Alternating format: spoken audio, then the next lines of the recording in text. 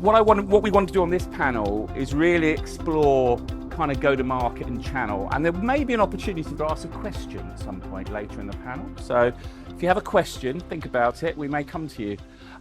So I think a couple of the organisations have already introduced themselves. So maybe we start with Jason at the end. We haven't heard from Dicker Data yet. So maybe you could introduce yourself and the organisation that you work for, and then we'll go into the questions. Thank you. Jason Hall. I'm the General Manager for Telco Solutions at Dicker Data. We've been doing telco for well over a decade now, but over the last year or so, we've expanded into a multi-vendor environment. So delighted to be here, and thank you for the invitation. Great. And you've met Rohan already. You've been up. So maybe you could just introduce yourself, Patrick. You have to press. There you go. Should work now. Yeah. So I'm Patrick Simon. I'm head of sales for Coms Group. I'm based in Singapore. Been in the telecom industry for about 28 years now, both in Europe and in the APAC region. So yeah. We're not going to make a young boy band, are we? No. Four of us. I've just worked that out. I didn't have these at the time. So maybe we'll start, and it's a big topic. We're going to try and explore go-to-market and routes to market across APAC, which is a pretty big task. So we might actually come down to some of the markets we work in. I understand that. But maybe we could start with yourself, Patrick, because we just heard a bit that you work in multiple markets. Maybe you could just explore what you're seeing as big changes in the kind of go-to-market, the channels. Are you seeing any kind of change, an evolution in the way that people are taking services to market? Yeah, I think there's several things to see. There are some common grounds, like everywhere you go, you need trust. You need to make your partner's life simple. You need to make them profitable. But then, I kind of prepared this, and I had a scoop, which is APAC is not one region; it's different sub-regions. But you guys kind of took that away from me. Yeah, my scoop has gone. So you see really different value drivers, whether you're in so ANZ, as you said, is pretty much the same as the UK, Europe, US. I mean, it's as close as it gets. So it's a very mature market. The drivers will be more on managed services, on transformation. And maybe I'll just tweak the question slightly. Do you see different, when we talk about channels to market, and I'll go around each of us on this, do you see different types of if you're going through partners, are they different types of partners by country, or is it all similar? No. So it really depends. Again, so you have ANZ, where it's going to be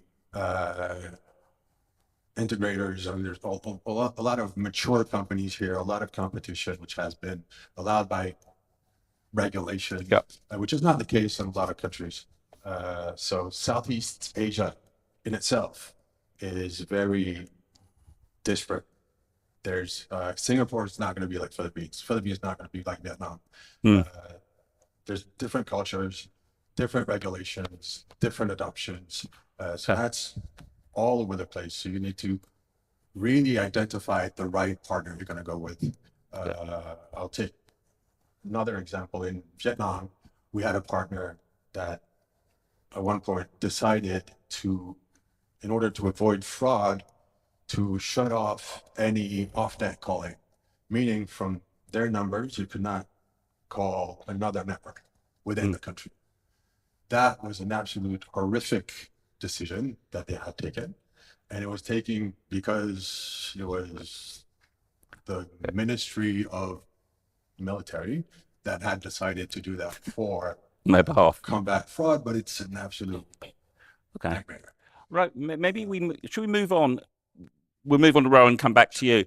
So Rohan, your thoughts on, you're in this market, but you're in other markets as well. Are you seeing any changes in the kind of channel and go-to-market, the people you're working with?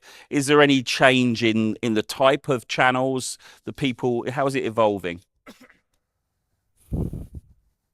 I think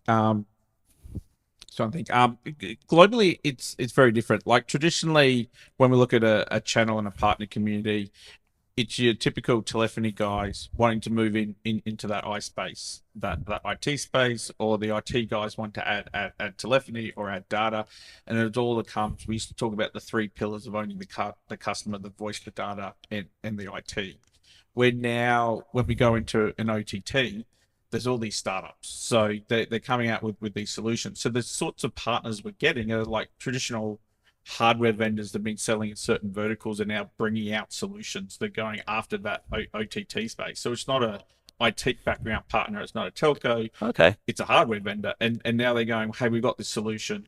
How do we go and bolt in those other components? So that partner ecosystem is kind of changing around certain verticals where there's verticalization partners now, which aren't what we traditionally call our channel partner or partners we work with. So I think as you look in different markets, that's changing, and especially across platforms. And that's rudimentarily the same globally. So whether you look at the US market or the European market or Asia, like it's the left field people that reach out and go, hey, we've got this solution. Can we have a chat? And it's like, you used to get the solicits on LinkedIn, and I used to go, yeah, whatever, someone trying to flog me something. And then it's like, I started responding to something. It's like, okay, that's an interesting business model that no one's thought of. And that's the transition we're seeing in where that partner community is going. And then also within the existing ecosystems, we're finding partners are working together more now. So you've got partner A working with partner B to deliver a solution. So we originally had the silos. The silos started to merge IT, but now there's some left field guys, or I might call them non-traditional, if you want to use that phrasing, who are actually serious, and and particularly in the verticals you're seeing those. So they might have a hardware solution in health or something, and they're looking to add comms into their pack. That is really interesting. And you're seeing that pretty consistently where you operate. Yeah, healthcare is the massive one. Yeah. So you've got that's kind of, it's critical voice is where you see that. Like everyone's done the easy stuff. It's now when you get into those traditional settings that have been traditionally still on-prem because of regulatory issue or compliance issues, where now they're wanting the value of cloud.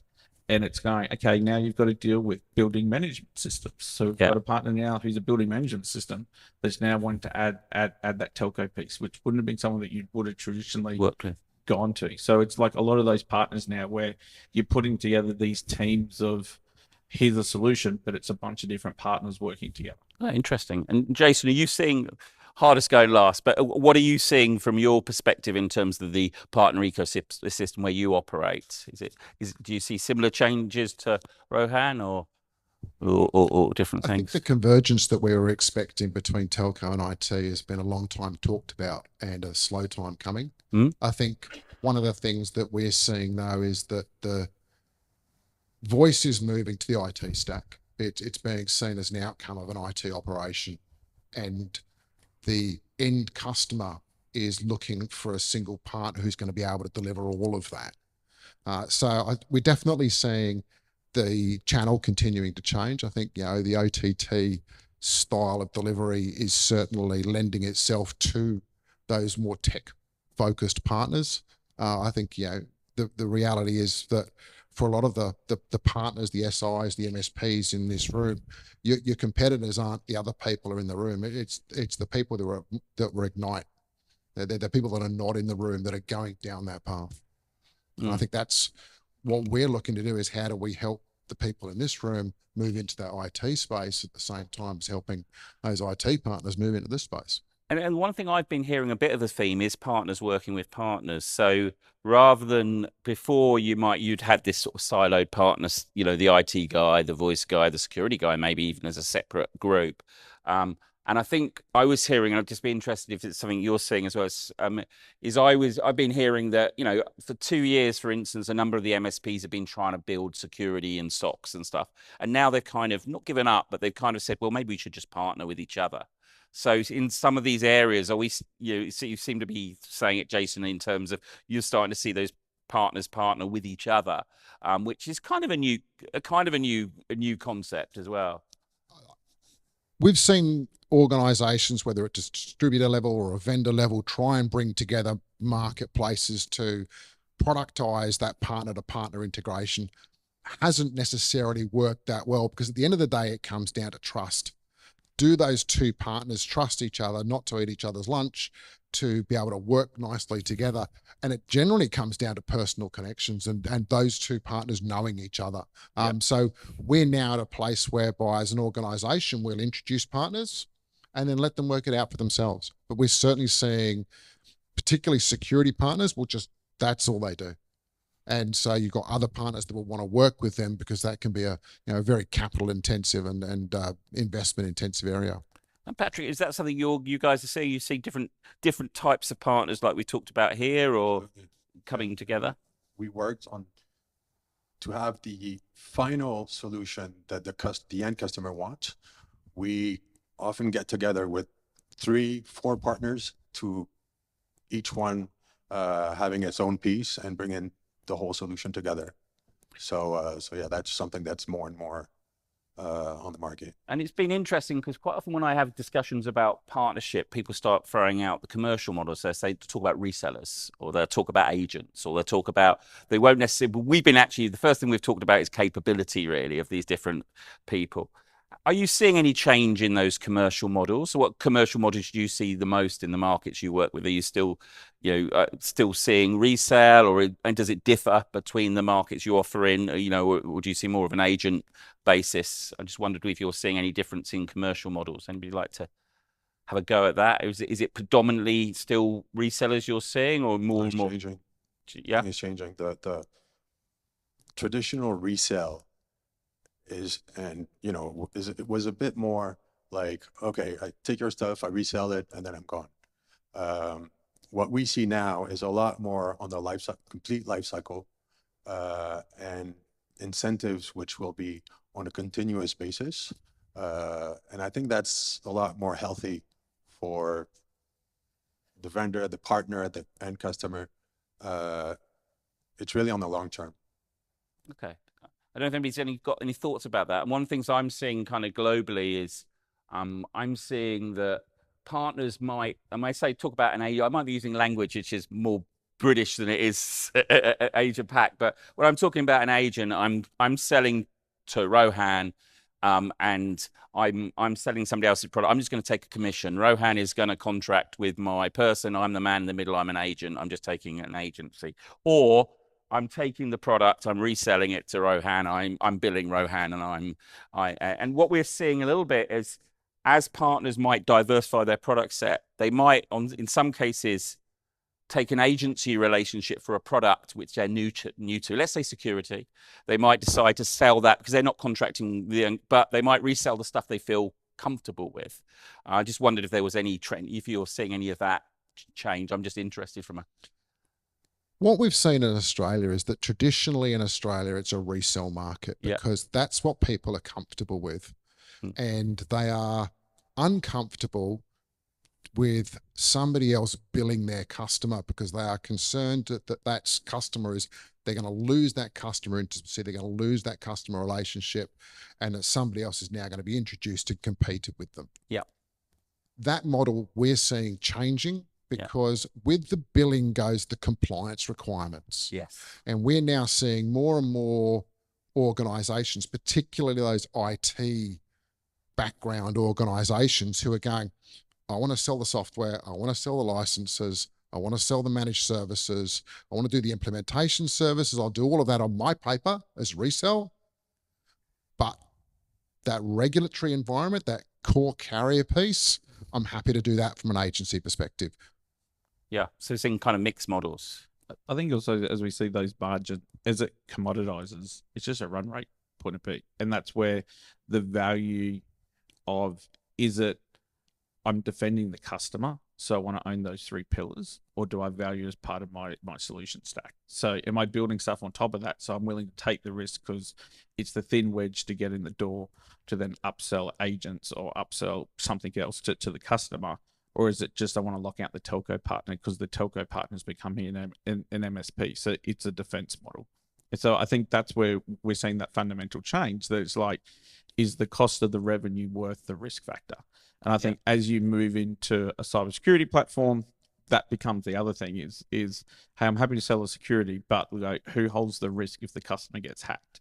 And that's where sometimes they go, an agency model is an easier model because they go, I can upshift the risk. So it becomes like selling a Cisco maintenance. I sell you the Cisco product and I sell you maintenance, but you log the fault with Cisco. So that risk and liability lies with Cisco, but I'm still making the same margin or a slightly less margin. But in the grand scheme of things, I'm actually making more margin because my risk factor dies. Yeah, and I think that's what we're seeing. Sounds like we're seeing the same thing here. We're seeing in parts of Europe, which have been traditionally resale markets, but there's a little piece of agency coming in, particularly for new products and new areas where people don't want to take, whether it's the compliance risk or they don't have the skills. And then there seems to be this bit where partners are starting to be willing to work together. You know, I might accept that I haven't got all the skills, so I might keep that relationship with the customer as the thought leader, but introduce somebody who's got specific skills. I think the other thing is you see the transition. So if it's a new product, I'll start an agency, but then I'll transition across because like, oh, I want to start doing this. I think it's the right decision. It's a super low risk investment to go and do the agency model.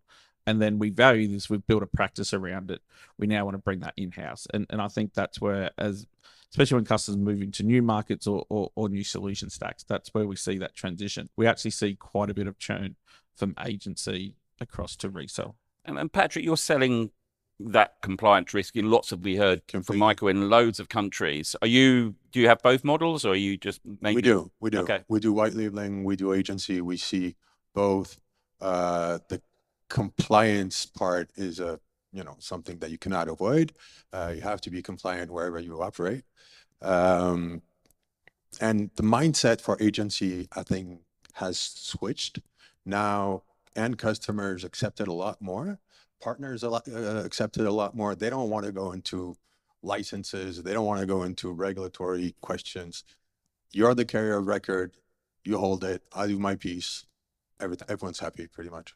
And I'm interested in, and maybe we're talking mainly about the Australian market here because it's harder to spread out. But what are we seeing from so I'm hearing in some markets there's basically a margin war. You know, there's a you could all argue it's a sort of fight to the bottom, but people trying to buy market share, so they're offering more and more incentives, more and more, you know, as the markets, particularly in a market like the US, which is pretty mature, there's actually a lot of focus on sort of margin erosion and paying lots of incentives to agents, mainly an agency market there, interestingly enough. But what are you seeing? Maybe it's the Australian market we're going to talk about, but what are you seeing generally? Are you seeing any of that?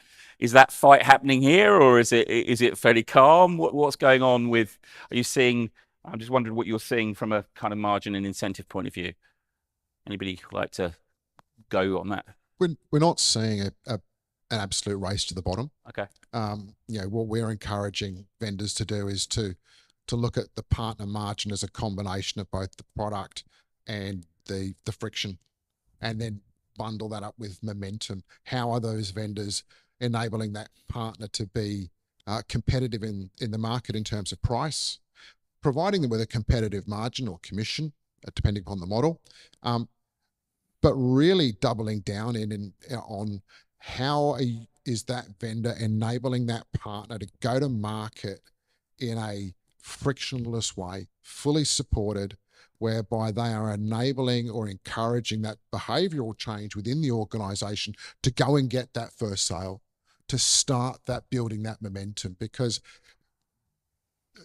money on its own doesn't really incentivize partners, because a lot of partners out there already got a good business, they're making good money, they're doing okay. Just offering them more money doesn't really change the behavior, because they're already retiring quota. That BD, that salesperson is already retiring their quota. So it's a combination of multiple factors. And maybe we explore that a little bit more. What are those? How do you enable the channel? What are the tools that people are putting in place? And how is that changing? Any experiences from you guys in terms of what tools you're having to put in place? How you're supporting your partners? What's working? Rohan, do you want to? Yeah, I think that's when we look at traditionally. It's like, hey, we're selling a voice solution. Like, we know it's a low entry point into the market, where most of our time is working with partners and educating them on how to bolt that in with the rest of the ecosystem. So like if you take Teams calling for something, like we can do PSTN to Teams simple all day long with our eyes closed. Where we spend time with the partners is going, hey, how do you roll that into a greater Microsoft play? How do you help take the customer or the partner to transition from a lower business SKU to an E5 SKU? Because there's still people that don't understand how that sales process works. So it's how to stick that whole solution together and then go in doing that. They've then upsell. Okay, you've unlocked a security project. You've unlocked a AI and business reporting project. You've unlocked all these other projects and solutions to work with that customer while still delivering great value. So a lot of it is knowing the other partners in that ecosystem, that you're not just, traditionally it used to be, oh yeah, people wanted Teams calling and you resell them calling. You've got to be a kind of expert in that whole solution stack to really take a partner through that journey in how to roll that tightly integrated to their solution stack rather than just being a point sold solution. And not giving away too much of your is special sauce, because Leon called you out earlier for what you're doing in this space. But what does that practically mean? Does that mean you're providing sort of overlay sales support with the partner? Is it training? Is it, how does that happen? Quite a bit, as I normally quote Microsoft PowerPoint specs more than Switch Connect ones, Right. because it's a lot of that. It's selling that whole solution, and it's a chunk, but it's an enablement product to help them take that REST solution stack, and then obviously we've got offerings around there to help them through that journey. But it's really that the traditional telephony is that opener to then talk AI, because normally AI comes up in voice. Every single implementation we do, we'll start the conversation, we'll sit down. If it's by one of our partners or one of our carrier partners, we'll sit down and they go, how does AI kick in? How do we automate? So it's that simple opening statement, but it's how do we roll it in with the greater solution stack? So whichever vendor that is. And this question, I'm digging because I'm trying to understand practically how this happens. So, because one of the big questions is skills in the channel. So have the skill, as we move into these new products, whether it's AI or UCaaS or CCaaS or enablement, a lot of the channel may not have those skills. So is it a case that, you're providing those skills to them all you guys, are you having to provide them with skills, or are you having to provide them with different training, enablement? Because I think that's kind of a big question, right? Where do the skills lie, and how, if you haven't got the skills, let's just say sell CCaaS or AI, or do we provide it to our channel partners, or do we help them gain it, or to what extent do we have to provide those services? Jason, maybe. I think there's a point where you actually have to ask yourself the question of whether or not that partner actually is prepared to invest in those skills. Yeah. Because, there is a cost for them to build skills. And generally a good partner is going to invest where they're going to get the highest return. And at this point in time, that's not voice. Yeah. So as a vendor, as a carrier, what is it you actually want the partner to do? If what you want the partner to do is to provide you with sales opportunities, which you will then work with them on, sell alongside them, and close that deal and provide pre-packaged services to get that implementation done, that might be a better way than a more traditional view that says my partners need to invest in skills, when the partner's looking at you going, actually, I don't want to. So we're looking very much at, when we take a vendor to market, or when we partner with a vendor in order to take them to market, being very clear with them as to what is the role they want that partner to play. How are they going to enable that partner to play that role? Yeah. And being clear that enablement training's not enough. You have to build trust. As a vendor carrier, you have to build trust with the partner. And so that engagement piece is potentially more important in those early days than enablement, particularly if as a vendor and a carrier, you've got your own enablement capability. What you're after is market reach. You're after conversations with customers where your product is put forward. What it's then about is how do you then take it, how do you then close that opportunity to deliver that service? So enablement needs to be horses for courses. Which partners want that enablement? How deep does it go? And if the partner wants to be a sales-only model in an agency-based commission, how are you going to deliver that implementation without that partner? Yeah, and how can you make money ultimately at the gross margin levels that you need to be at? Yeah, I think it really depends what the partner wants also, because for us, we have different types of partnerships and different levels. Some are very happy, they have their own RFPs, they work on it, and then they come to us and they say, I need this, this, this, and that. Others will want us to work on the RFP, and be with them fully and pretty much respond on their behalf. And this is something we can do, but obviously there's going to be a cost to it. But yeah, adapt to what your partner wants and needs, and whether it's kind of low touch, that's fine, or very high, very deep, that's also fine. It's just something we need to agree on. Yeah, and I was trying to push Rohan for the secret sauce for how you did it for Microsoft, but is it your people helping, or it is? I think you've got to look at it as a customer journey and what's the value of the partner to yourself. So when you look at traditional part, everyone goes, oh, well, I've got all these partners, they're going to go out and meet their targets and sell my stuff. But you have to enable it. And I think to Jason's point, some will want to take on that investment. Again, when we talk to the agency versus resale model, people in that agency model, they want to test the water and go, hey, is this a good business model where? So you're going to be more engaged. You're going to be delivering that pre-sale. So our team's out there doing the pre-sales with them. We're doing the client meetings with them. It's kind of like a apprenticeship. Like in this new technology we're selling, you don't know what you don't know until a customer asks you. Like we can try and enable you and run you through as many training courses and try and teach you everything. And then customers ask you a left field question and you're sitting there going, I don't know. So part of that is we're along with the partner as they're out there selling that solution. And that becomes that education process to upskill them, and then also work with them to integrate that back into the core DNA of everything they sell. And that's where, I think to Jason's point, it's choosing that right partner in that where do you invest with? Because obviously if you get 400 partners coming at you, you can't do that with 400 partners. And you're going to have a subset of partners that go, I just want this, and I know what I want, just send the paperwork and let's order. You're going to get other ones that go, we know how to sell it, we're short on staff, we need implementation support, we need enablement support, and then or just new product updates. Things are changing so fast, is that we keep all that up to date so partners don't have to. Or you get other partners that want to that guided experience, where a lot of them then transition as they get that experience that goes across their business and really takes it. I think this is the challenge when we're doing go-to-market strategy now, is segmenting the market. You used to be able to segment it pretty clearly. We'd have some voice players over here, some IT players over here, network players over here. This is how we work with you. And it was all kind of, reasonably easy to understand. It was a sales execution game after that. But what we're now seeing, we're seeing some of those things merging. We got some new partners over here, and we've got new products and technology which we want them to sell. And the question is, where do we spend the money? So it's quite a tricky call from you guys of which partners to support. It's not necessarily so easy to segment who's going to be successful, right? And just to comment on that, one of the things that we've talked about is that the Australian INZ market is similar to the UK, similar to the US market.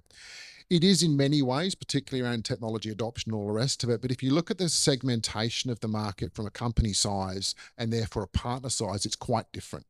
The US and the UK have a lot more enterprises, a lot more big customers, and therefore a lot more big partners that service them.